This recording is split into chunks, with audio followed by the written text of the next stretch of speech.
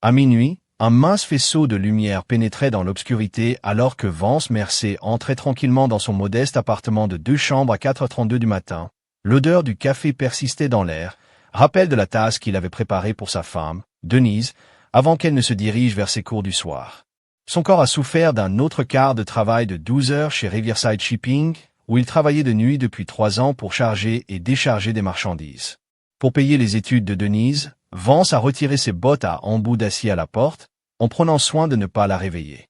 Sur la table basse se trouvaient les manuels de Denise, psychologie avancée et éthique en pratique clinique, une amère ironie à laquelle il réfléchirait plus tard. À 32 ans, Vance n'était pas là où il s'attendait. Fils d'un entrepreneur décédé alors que Vance n'avait que 17 ans, il avait été contraint d'abandonner ses propres projets universitaires pour subvenir aux besoins de sa mère et de sa sœur cadette. Lorsqu'il a rencontré Denise Atkins à 27 ans, elle travaillait comme réceptionniste et rêvait de devenir psychologue. Ils sont tombés durement et rapidement, se mariant en moins d'1 an. Ça vaut la peine d'investir, lui dit-il le soir où elle fut acceptée dans le prestigieux programme de psychologie de la Westlake University. Nous allons le faire fonctionner. Pour que cela fonctionne, Vance devait travailler de nuit pour bénéficier du différentiel de salaire supplémentaire, tandis que Denise suivait des cours pendant la journée. Leurs horaires étaient rarement alignés, mais le sacrifice semblait en valoir la peine. Encore un semestre et ils pourraient enfin commencer la vie qu'ils avaient planifiée ensemble. Dans leur chambre, Vance s'arrêta à la vue de Denise endormie, ses cheveux noirs éparpillés sur l'oreiller, sa respiration douce et rythmée. Un voyant de notification a clignoté sur son téléphone. Il ne l'aurait pas vérifié sans le comportement étrange qu'il avait remarqué ces dernières semaines. Les rires qui s'arrêtèrent lorsqu'il entra dans sa chambre, les appels téléphoniques chuchotés, les nouveaux vêtements. Vance a décroché son téléphone. Pas de mot de passe, un autre signe de son excès de confiance. L'aperçu du message était clair. Le professeur Walsh a hâte de célébrer votre diplôme et le début de notre nouvelle vie, lui avez-vous dit. Pourtant, ses mains tremblaient lorsqu'il ouvrait le fil de messages révélant des mois d'échanges entre sa femme et son professeur, intime, détaillé, dévastateur. À ce moment-là, quelque chose à l'intérieur de Vance Mercer Brock et quelque chose d'autre, quelque chose de plus dur, de plus froid, commença à prendre sa place. Chapitre 2. Journée de remise des diplômes. L'auditorium de l'université de Westlake bourdonnait d'impatience. Les familles ont saisi des fleurs et des programmes, la fierté étant évidente sur leur visage. Vance était assis seul. Le siège vide à côté de lui, réservé à la mère de Denise, qui avait annulé à la dernière minute avec une autre de ses urgences. 3 rangées plus loin était assis un homme que Vance reconnaissait désormais comme étant le professeur Alexander Walsh, 45 ans, distingué par ses cheveux poivre et sel et l'assurance facile de quelqu'un qui n'avait jamais travaillé 12 heures de sa vie. Walsh avait sa propre section familiale, y compris une élégante femme plus âgée que Vance supposait être sa femme et ses 2 enfants adolescents, Denise Atkins, Mercer. Annonça le doyen et Vance regarda sa femme traverser la scène radieuse avec sa casquette et sa robe.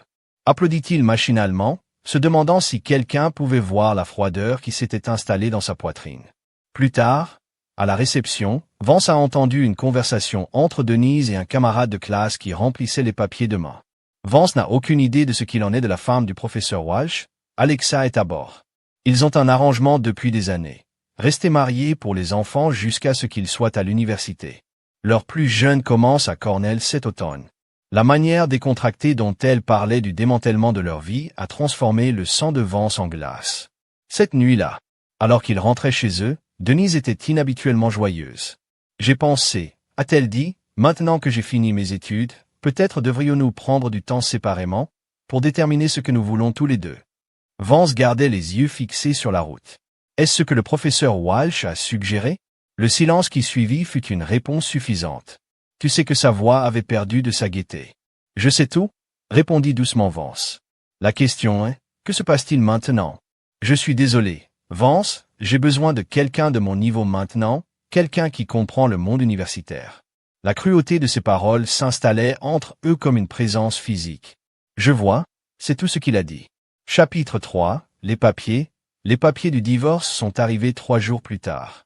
Vance n'a pas été surpris, mais la demande de pension alimentaire l'a stupéfié.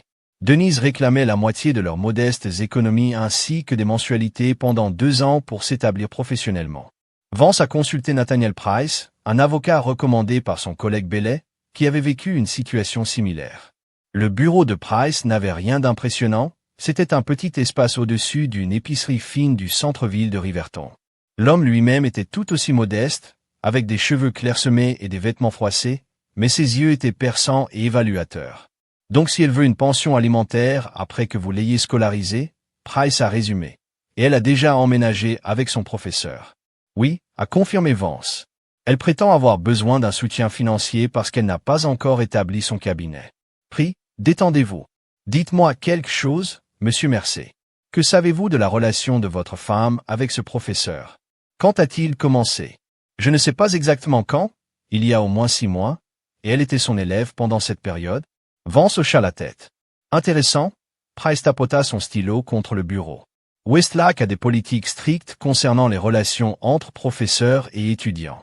Avez-vous tenu des registres de vos contributions financières à son éducation, des frais de scolarité, des achats de livres, ce genre de choses, chaque reçu? Vance a répondu, je suis très organisé, bien. Price sourit avec une petite expression prédatrice. Et qu'en est-il de ce professeur? Que sais-tu de lui? Alexander Walsh, département de psychologie, marié et père de 2 enfants. Apparemment, lui et sa femme ont un arrangement. Le font-ils maintenant? Le prix a été noté. Monsieur Mercier, je pense que nous avons plusieurs options ici. Le plus simple serait de contrer sa demande de pension alimentaire avec la preuve de sa liaison avec un membre du corps professoral qui viole les codes d'éthique de l'université. Est-ce que cela suffirait? C'est un début. Prise étudiée par Vance. Mais je sens qu'il voudra peut-être plus que simplement éviter de payer une pension alimentaire. Vance croisa le regard de l'avocat. Ce que je veux, dit-il lentement, c'est que Denise et le professeur Walsh comprennent exactement ce qu'ils m'ont pris. Price hocha la tête. J'ai une collègue, Leora Cassidy, ancienne détective privée, maintenant pari égal, dans mon bureau. Elle est exceptionnellement douée pour trouver des informations que les gens préfèrent garder cachées. Avec votre permission, j'aimerais lui en parler plus tard dans la semaine. Vance a rencontré Leora Cassidy, une femme absurde avec une attitude militaire et une manière de parler précise. Elle a écouté son histoire, posant occasionnellement des questions de clarification. 3 ans de travail de nuit, songea-t-elle. C'est un sacrifice important. C'était censé être un investissement dans notre avenir. Vance a répondu amèrement. Et à la place, elle a investi votre sacrifice dans son avenir avec quelqu'un d'autre. L'expression de Leora se durcit. Monsieur Mercier, je devrais être clair. Je travaille uniquement dans les limites légales, mais ces limites sont flexibles avec la bonne approche. Êtes-vous prêt à faire face à ce que nous pourrions trouver et à ce que vous pourriez devoir faire avec ces informations? Vance pensait aux nuits qu'il avait passées à charger des marchandises pendant que Denise était avec Walsh, au sommeil qu'il avait perdu, aux amitiés qu'il avait négligées, aux rêves qu'il avait reportés. Je suis prêt à tout, répondit-il, à condition qu'ils comprennent ce que coûtent leurs actes. Leora sourit, une petite expression sombre d'approbation. Alors commençons. Chapitre 4, l'enquête. Vance a continué ses quarts de nuit chez Riverside Shipping, mais maintenant avec un objectif différent. Chaque dollar qu'il gagnait était méticuleusement alloué. Une partie à son fonds juridique, une partie à l'enquête de Leora Cassidy et le reste à ce qu'il appelait en privé son plan d'urgence. Le travail de Leora a été minutieux et rapide. En 2 semaines, elle avait compilé un dossier sur Denise et Alexander Walsh qui révélait bien plus que ce que Vance avait prévu. Votre femme et le professeur n'avaient pas seulement une liaison. Leora a expliqué lors de leur rencontre dans le bureau de Price qu'il prévoyait cela sur au moins 1 an. J'ai trouvé des courriels dans lesquels il discutait spécifiquement de l'utilisation de votre soutien financier jusqu'à ce qu'elle obtienne son diplôme. La mâchoire de Vance se serre, montre-moi. Les emails étaient froidement calculateurs. Denise avait écrit à Walsh. Elle travaille maintenant en double pour couvrir les frais de scolarité de ce semestre. Encore 1 an de cet arrangement et je serai libre avec les informations d'identification dont j'ai besoin pour exercer. La réponse de Walsh fut tout aussi insensible, parfaite. Le timing fonctionne bien. Avec Alexa prenant le poste de Munich d'ici l'automne prochain, tout s'alignera. Il y a plus, continua Leora. Ils ont déjà loué ensemble des bureaux pour un cabinet privé commun. Service psychologique Walsh et Mercier. Ils ont signé les papiers il y a 3 mois en utilisant votre épargne commune comme dépôt de garantie. Vance sentit une nouvelle vague de rage l'envahir. Elle a utilisé notre argent pour démarrer une entreprise avec lui? J'en ai bien peur, mais c'est ici que ça devient intéressant. Léora glissa sur un autre document. Walsh n'est pas n'importe quel professeur. Il est envisagé pour le poste de directeur du département et il y a un contrat de livre en préparation, tout cela étant conditionné à ce que sa réputation professionnelle reste impeccable et un scandale impliquant un étudiant détruirait ce prix. Intervint avec précision, confirma Léora. Cependant, ils ont été prudents. Ils n'ont ouvertement commencé leur relation qu'après que les notes ont été soumises pour le dernier cours de Denise avec lui. Techniquement, ce n'est pas une violation de l'éthique, mais certainement dans une zone grise. Nous n'avons donc pas de quoi le ruiner professionnellement, a conclu Vance. Pas encore. Léora répondit avec un léger sourire. Mais j'ai trouvé autre chose d'intéressant. L'élégante Madame Alexa Walsh n'est pas n'importe quelle épouse universitaire. Il s'agit d'Alexa Richter-Walsh, fille de Theodore Richter, le promoteur immobilier. Prix demandé, les sourcils haussés, le même. La famille RTOR est une vieille monnaie, très soucieuse des apparences. Ils ont soutenu financièrement la carrière de Walsh dès le début. Et même si Madame Walsh prend effectivement un poste à Munich, je doute que la famille RTOR soit heureuse d'apprendre que son gendre quitte sa fille pour un ancien élève. Vance a pris en compte cette information. Walsh a donc plus à perdre que sa réputation professionnelle. Bien plus encore, confirma Léora. Et il y a un détail supplémentaire que vous devriez connaître. Votre femme a enregistré vos conversations. Quoi sur son téléphone? Elle a documenté tous les cas où vous pourriez paraître contrôlant ou déraisonnable. Je crois qu'elle monte un dossier pour un éventuel harcèlement si vous contestez trop vigoureusement les conditions du divorce. Le rire de Vance était creux. Je l'ai à peine vu depuis des mois. Qu'est-ce qu'elle a bien pu enregistrer? Rien de substantiel, lui assura Léora. Mais cela montre une préméditation de sa part. Elle planifiait sa stratégie de sortie alors que vous travailliez encore pour la soutenir. À la fin de la réunion, Vance a demandé « Quelle est notre prochaine étape ?» Price échangea un regard avec Léora. « Cela dépend de ce que vous voulez, Monsieur Mercer. Nous pourrions utiliser ces informations pour négocier un règlement de divorce plus favorable, ou Vance l'a invité, ou nous pourrions poursuivre une réponse plus globale. » Vance pensait aux milliers de nuits qu'il avait passées éveillé pendant que le reste du monde dormait, à l'avenir qu'il avait sacrifié pour quelqu'un qui avait comploté contre lui. « Je veux une information complète, a-t-il déclaré. Enfin, je veux qu'ils perdent tout ce qu'ils ont construit avec ce qu'ils m'ont pris. Le chapitre 5, le plan.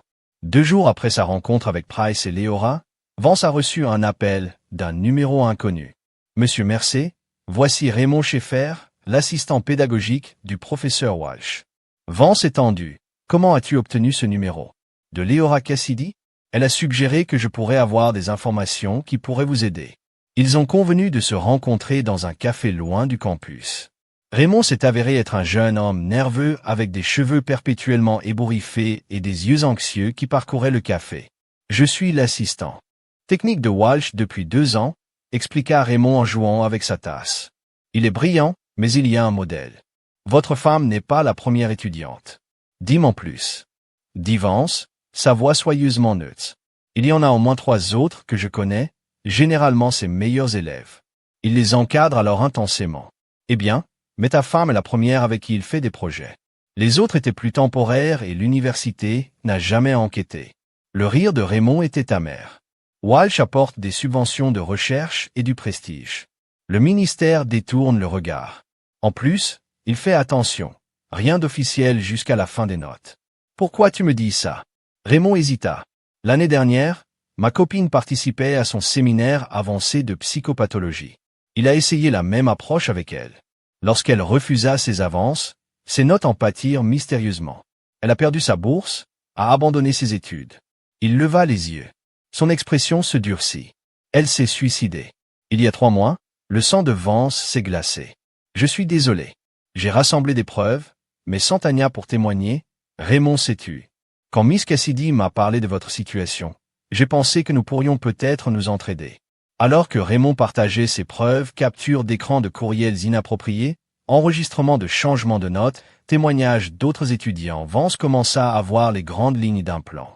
Ce soir-là, il rencontra Price et Léora pour discuter de ces nouvelles informations et proposer son approche. C'est risqué, a prévenu Price. Si nous portons des accusations que nous ne pouvons pas étayer, nous pourrions faire face à un procès en diffamation. C'est pourquoi nous ne porterons pas d'accusation directement. Vance a expliqué.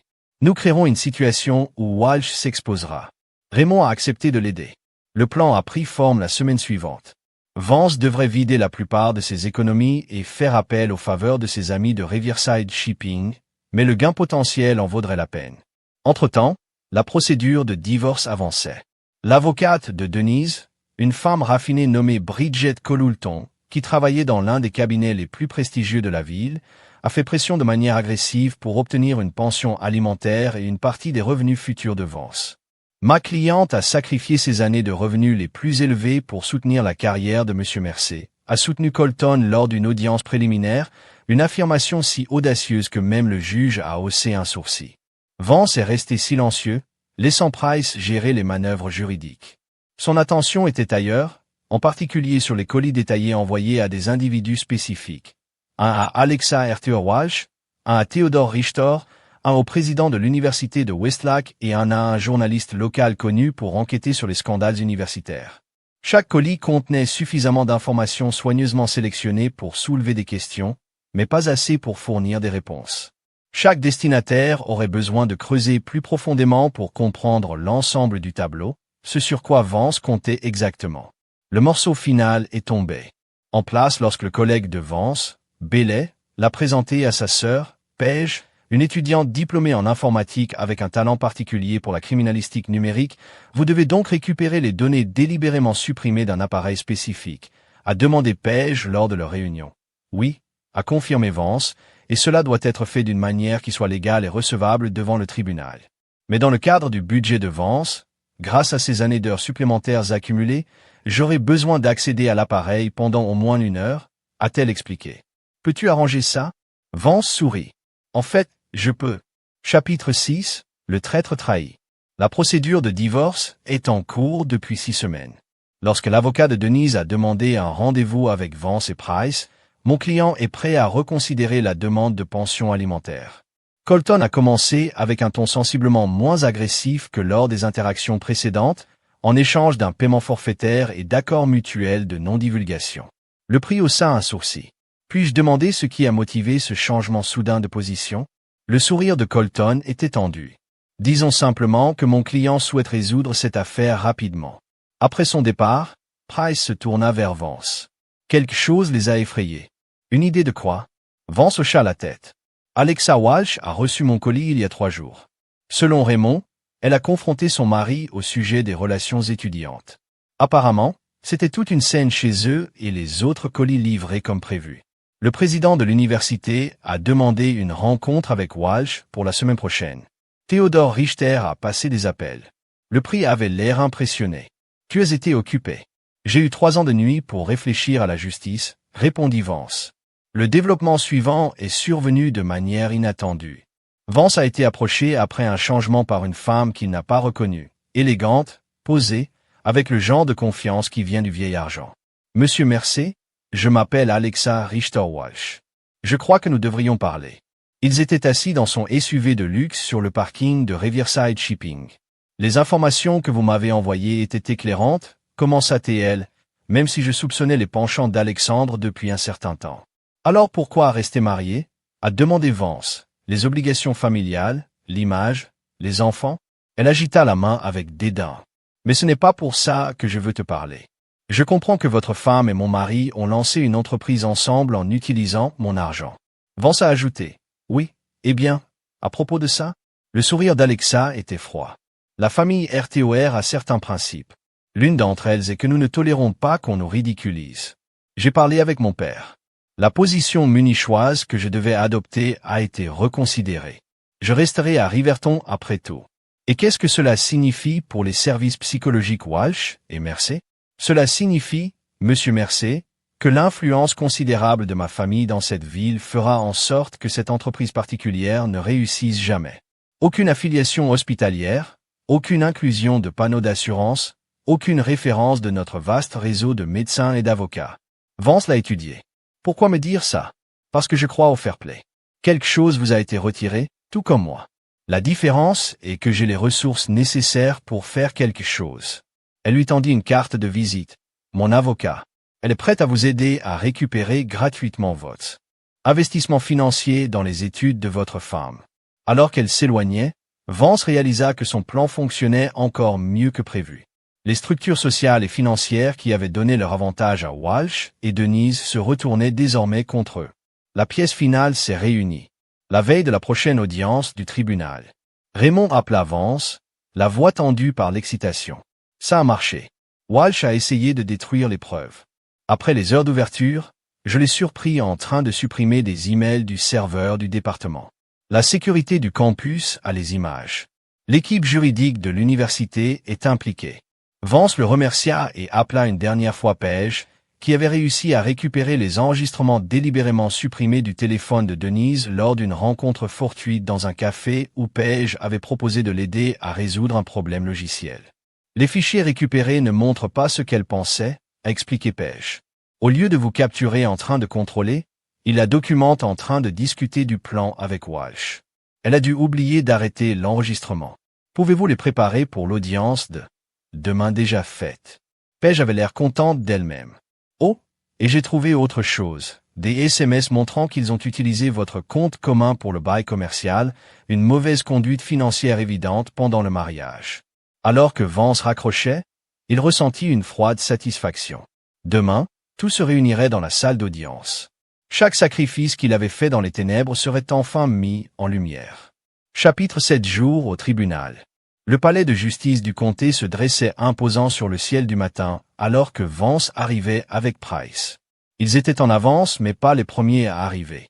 Leora Cassidy était déjà là, discutant à voix basse avec Raymond Schaeffer près de la fontaine à eau. Mise à jour, demanda Vance alors qu'ils approchaient. Walsh a été mis en congé administratif dans l'attente d'une enquête. Raymond a rapporté que le président de l'université avait reçu une information anonyme concernant une mauvaise conduite académique et que Denise essayait de prendre ses distances. Leora a déclaré en disant à ses collègues qu'elle avait été manipulée et qu'elle n'avait aucune idée des autres étudiants. Vance hocha la tête sans surprise et Madame Walsh demanda le divorce. Hier, Leora a confirmé que les avocats de sa famille étaient très minutieux. Ils ont gelé les actifs communs en attendant un examen financier.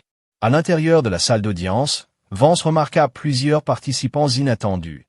Un journaliste du journal local, un représentant du service juridique de l'université, plus surprenant encore, Theodore Richter, lui-même l'imposant patriarche de la famille RTOR, assis stoïquement au dernier rang. Quand Denise est arrivée avec son avocat, elle avait l'air visiblement stressée.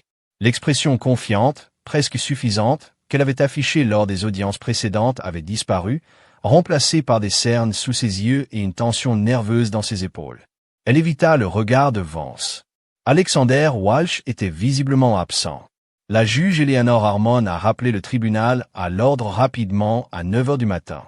Je comprends qu'il y a eu certains développements dans la dissolution de Mercé, a-t-elle noté en regardant les avocats par-dessus ses lunettes. Bridget Colulton s'est levée. Votre honneur, ma cliente souhaite retirer sa demande de pension alimentaire et est prête à accepter un simple partage des actifs accumulés pendant le mariage, moins les frais d'études. Le juge a haussé un sourcil. C'est un changement important par rapport à votre position précédente, conseiller. Oui, votre honneur, la situation du client a évolué. Je vois que le juge Harmon a changé le prix dans la position du défendeur. Le prix a augmenté lentement, votre honneur, même si nous apprécions la volonté de Madame Mercé de retirer la demande de pension alimentaire, nous devons respectueusement refuser le règlement proposé concernant le partage des actifs. Nous avons la preuve que Madame Mercé a commis une mauvaise conduite financière pendant le mariage, en utilisant des fonds communs pour une entreprise avec un tiers sans que M. Mercé ne soit intervenu. Votre honneur, de telles allégations sont spéculatives, si je peux me permettre, Price a continué sans problème. Nous avons des documents montrant le transfert du compte commun de Mercé vers la location d'une propriété commerciale au nom de Walsh et Mercé Psychological Service, un formulaire de partenariat entre le pétitionnaire et Alexander Walsh 3 mois avant le dépôt des documents de divorce. Le juge Harmon fronça les sourcils. J'aimerais voir cette documentation, Monsieur Price. À mesure que les preuves étaient présentées, Denise pâlit visiblement. Colton se pencha et lui murmura avec urgence à l'oreille.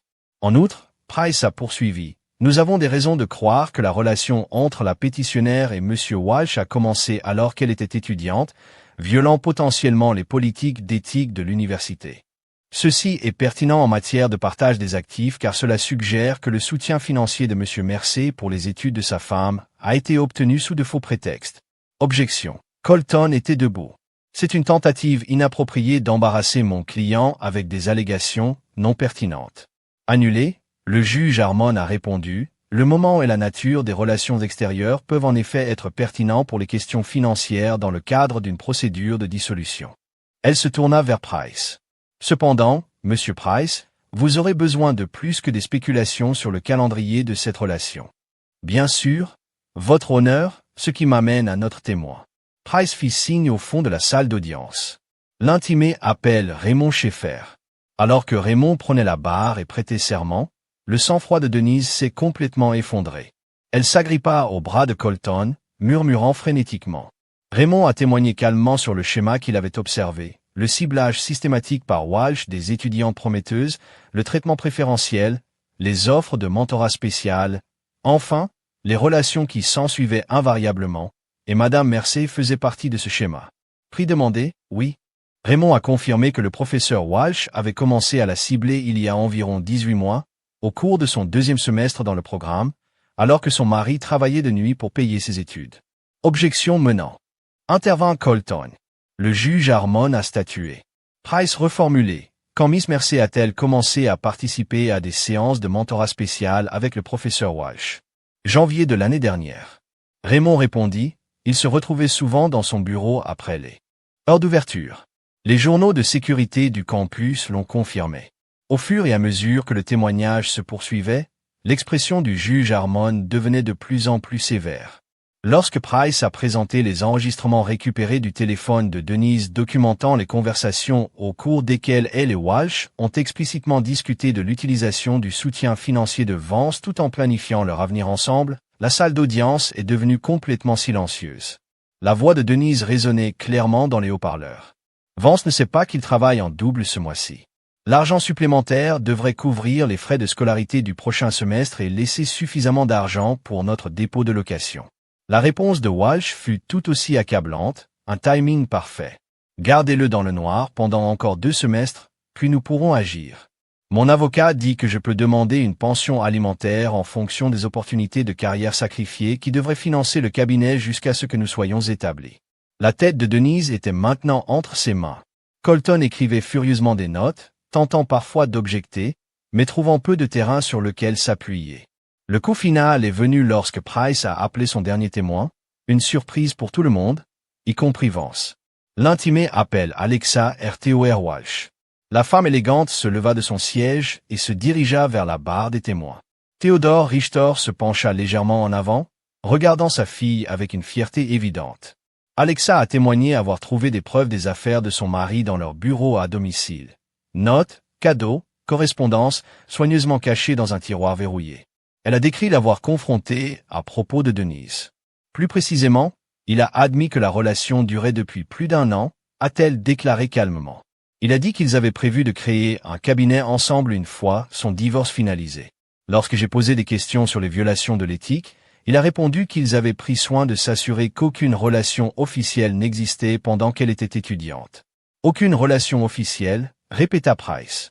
Mais à votre avis, y a-t-il eu une relation inappropriée pendant cette période? L'objection appelle à la spéculation. Colton intervint de manière soutenue. Le juge Harmon a statué sans se laisser décourager. Le prix a continué. Madame Richter Walsh, votre mari vous a-t-il indiqué quand lui et Madame Mercé ont commencé à discuter de leur projet de cabinet commun? Oui, il a dit qu'il le planifiait depuis environ 15 mois, peu de temps après qu'elle soit devenue son assistante de recherche. Au moment où Alexis a démissionné, l'atmosphère dans la salle d'audience s'était transformée. L'expression du juge Harmon était celle d'une indignation à peine contenue. Theodore Richter hocha légèrement la tête, un geste de reconnaissance entre des hommes qui comprenaient la valeur de la patience et de la réflexion stratégique. Votre honneur, Price a déclaré, compte tenu des preuves présentées, nous demandons que tous les fonds que M. Mercé a contribués à l'éducation de Mme Mercé lui soient restitués, ainsi que des dommages-intérêts punitifs pour la mauvaise conduite financière concernant l'utilisation non autorisée de fonds communs pour l'entreprise commerciale avec M. Walsh. Le juge Harmon se tourna vers Colton. Conseiller, souhaitez-vous présenter une contre-preuve? Colton s'entretint brièvement avec Denise, dont les épaules tremblaient maintenant de sanglots silencieux. « Non, votre honneur, répondit finalement Colton. Ma cliente demande une brève pause pour réfléchir à sa position. La juge Harmon vérifie sa montre. Le tribunal fera une pause d'1 heure. Je vous suggère d'utiliser ce temps à bon escient, conseiller. » Chapitre 8. L'effondrement. Le couloir du palais de justice bourdonnait de conversations chuchotées. Pendant la récréation, Vance se tenait près d'une fenêtre et regardait les nuages s'accumuler dehors, une tempête approchant à l'image de celle qui venait de se briser dans la salle d'audience, Monsieur Mercé.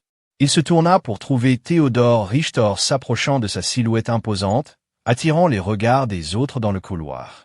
Monsieur Vance tendit la main, que l'homme plus âgé serra fermement. « Je t'ai observé, dit RTOR sans préambule. Tu es un patient méthodique. Vous comprenez l'importance de recueillir des informations avant d'agir. J'ai eu de l'entraînement, répondit Vance. Le chargement d'une cargaison nécessite une planification minutieuse pour éviter l'effondrement. Le sourire du RTOR était mince. En effet, je comprends que vous travaillez ces quarts de travail pour soutenir les études de votre femme. J'ai fait un sacrifice important. Le RTOR l'a étudié. Ma fille me dit que vous avez décliné son offre d'assistance juridique. J'ai apprécié le geste, mais c'est mon combat. Pour finir, RTOR hocha la tête, semblant satisfait de la réponse. Walsh ne rejoindra pas la faculté le semestre prochain et ne publiera pas non plus son livre. L'éditeur a reçu certaines informations préoccupantes sur ses pratiques de recherche. Je vois que l'homme s'est fait des ennemis. Il n'était pas au courant de RTOR, continua. Le cul à ta femme. L'intégrité est importante dans les milieux professionnels, Monsieur Mercé. Avant que Vance ne puisse répondre, Léora s'approcha. « Excusez-moi, messieurs, Vance, il y a un développement que vous devriez connaître. » Elle le conduisit dans un coin tranquille. Walsh vient d'arriver. Il exige de parler avec Denise, mais son avocat ne le permet pas. Il ne le prend pas. Eh bien, à travers les portes vitrées d'une salle de conférence, Vance pouvait voir Walsh faire des gestes de colère, le visage rouge. Denise était assise penchée sur sa chaise, ne le regardant toujours pas. Colton se tenait entre eux, dans une position protectrice. « Qu'est-ce qu'il dit ?» a demandé Vance. Selon mon contact dans la pièce, il lui reproche cette exposition et dit qu'elle a été négligente dans leur communication. Maintenant, il a tout perdu, sa position, son contrat de livre, sa réputation. La porte de la salle de conférence s'est soudainement ouverte et Walsh est sorti en trombe, manquant presque d'entrer en collision avec un huissier. Ses yeux se posèrent sur Vance, la reconnaissance et la rage éclatant simultanément. « Toi, Walsh, grogna en te dirigeant vers lui. Vous avez orchestré cela. Vous n'aviez pas le droit de vous mêler des affaires. Vous ne pouviez pas comprendre le tas de choses qui les séparaient. Monsieur, j'ai besoin que vous vous calmiez. Calme-toi. » Walsh rit amèrement. Cet homme a systématiquement détruit ma carrière, mon mariage, tout ce que j'ai construit. En fait, Vance a répondu de manière neutre, vous avez détruit ces choses vous-même. Je me suis juste assuré que tout le monde voyait ce que tu faisais. Walsh se précipita en avant, mais le bailli le rattrapa. Ça suffit, monsieur. Je vais devoir vous demander de quitter le palais de justice.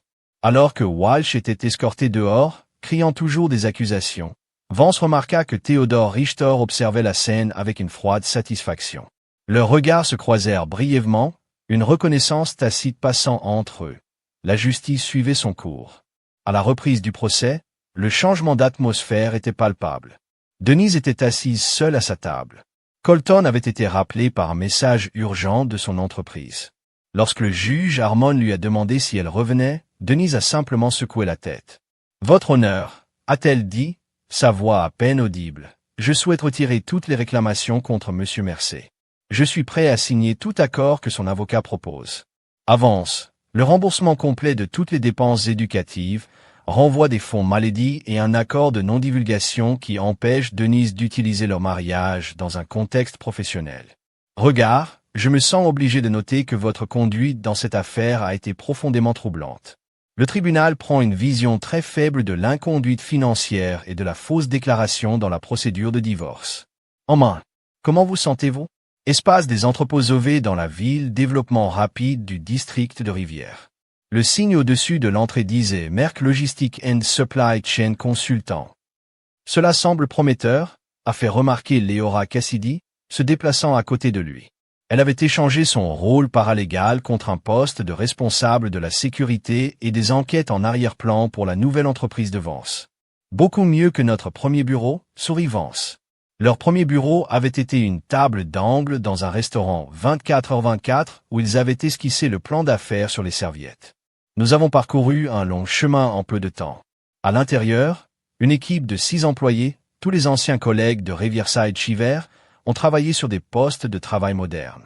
Le mur a montré des contrats encadrés avec des distributeurs régionaux majeurs qui avaient embauché Mercer Logistique pour optimiser leurs opérations. Le téléphone de Vance a bourdonné un texte de Raymond Schaeffer, poursuivant maintenant un doctorat dans une autre université. L'accord de livre du professeur Walsh a officiellement annulé. Les éditeurs, citant des préoccupations insurmontables concernant la méthodologie de recherche, pensaient que vous vouliez savoir. Un autre texte a suivi immédiatement, également la demande de licence de DE déçue par les problèmes d'éthique du Conseil d'État. Vance a rangé son téléphone sans répondre. Il n'avait plus besoin de mise à jour sur la spirale descendante de Denise et Walsh. Le dernier, il avait entendu dire qu'ils avaient tous les deux du mal à trouver un emploi dans leur domaine, leur réputation professionnelle et leurs larmes. La pratique psychologique qu'ils avaient planifiée ne s'était jamais concrétisée. L'espace de location maintenant occupé par un café à la mode. Monsieur Mercer, son assistant allait s'est approché pour la tablette. Votre 14h est ici, Théodore Richter. Vance hocha la tête. Montre à mon bureau, s'il vous plaît. La relation qui avait commencé dans ce couloir du palais de justice était devenue quelque chose d'inattendu. Après avoir été témoin du démantèlement méthodique par Vance des plans de Walsh et de Denise, RTOR l'avait approché avec une proposition commerciale, consultant l'optimisation de la chaîne d'approvisionnement pour le vaste portefeuille de propriétés commerciales du développement de RTOR. Ce contrat initial avait fourni le capital que Vance devait démarrer sa propre entreprise. Maintenant, 6 mois plus tard, Mercer Logistique augmentait rapidement avec RTOR en tant que client et mentor informel. Vance, Théodore Richter est entré impeccablement habillé, comme toujours. À 72 ans, il s'est déplacé avec l'énergie d'un homme beaucoup plus jeune. L'espace se déroule bien. Merci pour la recommandation. Répondit Vance, faisant un geste vers l'entrepôt rénové. Votre gestionnaire immobilier avait raison, cet endroit est parfait. Ils ont discuté des affaires pendant 30 minutes, renouvellement des contrats, possibilité d'expansion, un nouveau client potentiel dans le secteur de la distribution pharmaceutique. À la fin de la réunion, RTOR s'est déplacé vers un sujet plus personnel. Alexa a mentionné avoir vu votre ex-femme qui postule récemment pour un poste dans un petit centre de conseil à la périphérie de la ville, coordinatrice d'admission à Interlevel. Je crois que l'expression de Vance est restée neutre. Je vois qu'elle n'a pas réussi dans sa demande, a ajouté RTOR. Apparemment, le mot est répandu très complètement dans les cercles professionnels. C'est malheureux pour elle. Vance a répondu sans inflexion. RTOR l'a étudié. Vous ne semblez pas particulièrement satisfait par sa chute. Mon objectif n'était pas de la voir souffrir indéfiniment, a expliqué Vance. C'était pour s'assurer qu'elle comprenait les conséquences de ses actions. Je crois que la leçon a été soigneusement livrée. Et Walsh enseignant la psychologie de l'introduction dans un collège communautaire à 3 États, selon Raymond, utilisant un nom différent professionnellement, cependant, qui ne l'a pas entièrement protégé de sa réputation. RTOR hocha la tête, semblant approuver le détachement de Vance. Vous savez que la plupart des hommes de votre position auraient été consommés par la vengeance. Ils auraient continué à poursuivre longtemps après avoir fait valoir leur point de vue, se détruisant finalement dans le processus. J'ai passé 3 ans de nuit à regarder le fret à être chargé et à décharger. Vance a répondu. J'ai appris qu'une bonne répartition du poids est critique. Trop concentré sur un côté et tout s'effondre. S'élevant de sa chaise. Il se déplaça vers la fenêtre donnant sur la rivière. Ma vie était déséquilibrée. Avant tout le sacrifice, pas de récompense.